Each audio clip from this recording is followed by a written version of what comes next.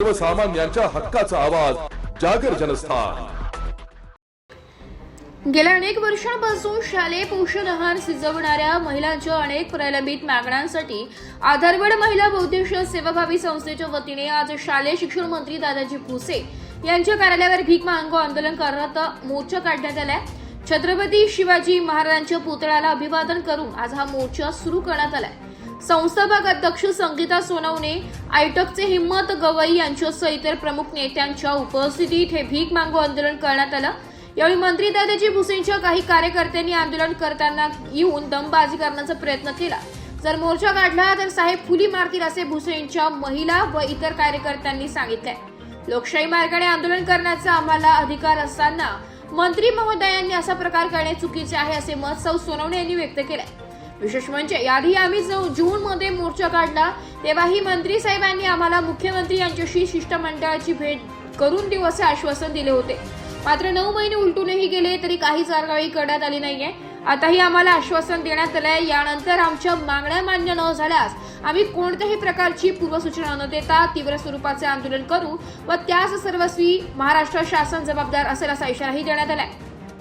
यावेळी महिलांनी गावातील लोकांकडून भीक जमा केली आहे व ती शिक्षण विभागाला मनी ऑर्डर करण्यात आली आहे। जागर जनस्थानसाठी प्रतिनिधी आमीन शेख, मनमाड। काय आज तुम्ही मोर्चा घेऊन आले शालेय शिक्षण मंत्री दादा भुसे यांच्यावर, काय तुमच्या मागण्या आणि काय नेमका?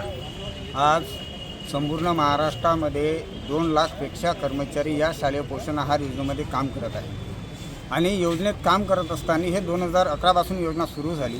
तेव्हापासून या महाराष्ट्र सरकारने फक्त आम्हाला त्यावेळी 2011 मध्ये 1000 रुपये मानधनापासून तर तब्बल कमीत कमी 15 वर्षाचा कालावधी संपून सुद्धा आम्हाला या महागाईच्या काळात 2500 रुपये मानधनात शालेय पोषण आहार कर्मचाऱ्यांनी जगावे कसं, हा सर्वात मोठा आमच्यासमोर एक प्रश्न निर्माण झालेला आहे। आणि त्या 2500 आमच्या विद्यार्थ्यांना शिक्षण काय द्यायचं, आम्ही स्वतः काय जगायचं, बिमार पडलो तर आम्हाला घरात मरून जावं लागते, अशी आमची परिस्थिती आहे। या शासनाला वारंवार आम्ही पत्रव्यवहार केले, संघटनेच्या माध्यमातून दिले, त्यांना स्मरणपत्र दिले, त्यांना मंत्रालयात भेटलं। या अगोदरसुद्धा माननीय दादाजी भुसे यांना आम्ही स्मरणपत्र दिलं आणि त्यांनी आम्हाला आश्वासनही दिलं होतं की कमीत कमी या शालेय पोषण आहार कर्मचाऱ्याच्या मानधनात काहीतरी आम्ही वाढ करू।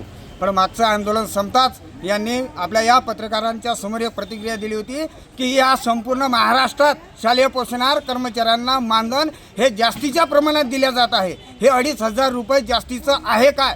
आमचा हा प्रश्न या शिक्षण मंत्र्यांना आज आहे, कारण 2500 रुपयाच्या मानधनात आमचं जगणं खूप वाईट परिस्थिती आहे। इतर राज्यात, पांडिचेरी राज्यात 18,000, केरळमध्ये 9,900, म्हणजे इतर राज्यात कमीत कमी 9,000पेक्षा या शालेय पोषण आहार कर्मचाऱ्यांना मानधन दिले जाते। फक्त महाराष्ट्रातच एवढी गरिबी आहे का, हे महाराष्ट्र सरकारने याचा विचार करावा। केंद्र सरकारने फक्त 600 रुपये आणि राज्य सरकार 1900 रुपये देऊन या कर्मचाऱ्याची नुसतं फसवणूक करत आहे। याच 2-3 दिवसाची या नाशिक जिल्ह्यातील एक घटना आहे। शालेय पोषण आहार कर्मचारी जळून घरात बसलाय, कुठलाही क्लेम नाही, कोण त्याला दवाखाने द्यायचं, मेलं तरी त्याला हे सरकार काहीच देणार नाही। या सरकारला या शालेय पोषण आहार कर्मचाऱ्याची थोडीसुद्धा जाणीव नाही। तरी या सरकारला आमची विनंती आहे की कमीत कमी या शालेय पोषण आहार कर्मचाऱ्यांना जीवन जगण्यापुरतं कमीत कमी 15,000 रुपये मानधन तरी द्यावे, कमीत कमी आमचा जीवन विमा तरी करावा, मेडिकल क्लेमसुद्धा करावा आणि पेन्शन कायदा करावा, एवढं आमचं या सरकारला आजच्या या मोर्चाच्या नेतृत्वात सांगणं आहे। इन्कलाब जिंदाबाद, महाराष्ट्र राज्य संघटक कॉम्रेड हिम्मतराव गवई। म्हणजे सगळ्यात वाईट गोष्ट ही आहे की जेव्हा मालेगावामध्ये आम्ही महिला जमा झालो त्यावेळेस आम्हाला 4-5 लोक आणि 5-6 महिला आल्या, त्यांच्या गळ्यामध्ये आयडेंटिटी कार्ड होतं आणि ते बोलले की साहेबांनी GR काढला, 1 तारखेला GR मंजूर होणार आहे। आणि त्यांनी आम्हाला असं सांगितलं, जर आज तुम्ही हा मोर्चा साहेबांच्या विरोधात काढला तर साहेब तुमच्यावर फुली मारून देणार आहे। तर ही कोणती फुली मारून देणार आहे आमच्यावर साहेब? आम्ही काय चूक केली? आम्ही फक्त आमच्या हक्कासाठी मोर्चा काढला आहे आणि साहेब म्हणे की साहेब तुमच्या कामावर फुली मारून देणार आहे। पण मला नाही वाटत की ते एक समजदार आणि हुशार व्यक्तिमत्व आहे, त्यांच्याकडे मोठं पद आहे आणि हे असताना त्यांच्या लोकांनी आम्हाला दमदाटी दिली, आमचा मोर्चा हाणून पाडण्यात हे केलं आणि साहेबांचं असं झालं। आणि आता याच्यानंतर नांदगाव तालुक्यामधल्या कोणत्याही शाळेवरून एक जरी महिला कमी झाली तर याला सर्वस्वी जबाबदार हे माननीय शिक्षण मंत्री दादासाहेब भुसे हेच असतील। आम्हाला वाईट वाटतंय की महिलांना पाठवून आणि पुरुषांना पाठवून आमचा त्यांनी मोर्चा हाणून पाडण्याचा प्रयत्न केला आहे. सगळ्यात खेदाची गोष्ट आहे.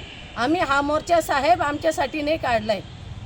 आम्ही हा मोर्चा 80 रुपये रोजाने आम्ही काम करतो. आम्हाला जेव्हा भासं नांदगाव तालुक्यामध्ये जेव्हा कुकर फुटला तर तुमच्या शिक्षण विभागाचे मंत्री असताना तुमच्या विभागाकडून एक माणूस आमच्याकडे आलं नाही, आमची विचारपूस केली नाही. फक्त आज दम द्यायला तुमचे लोक आम्हाला आले. तर या गोष्टीचा आम्ही जाहीर निषेध करतोय की आमच्या महिलांचा आज त्यांनी मोर्चा हाणून पाडला. पण आम्ही इथून न्याय आणि पूर्ण हे घेतल्याशिवाय इथून हलणार नाही. इन्कलाब जिंदाबाद.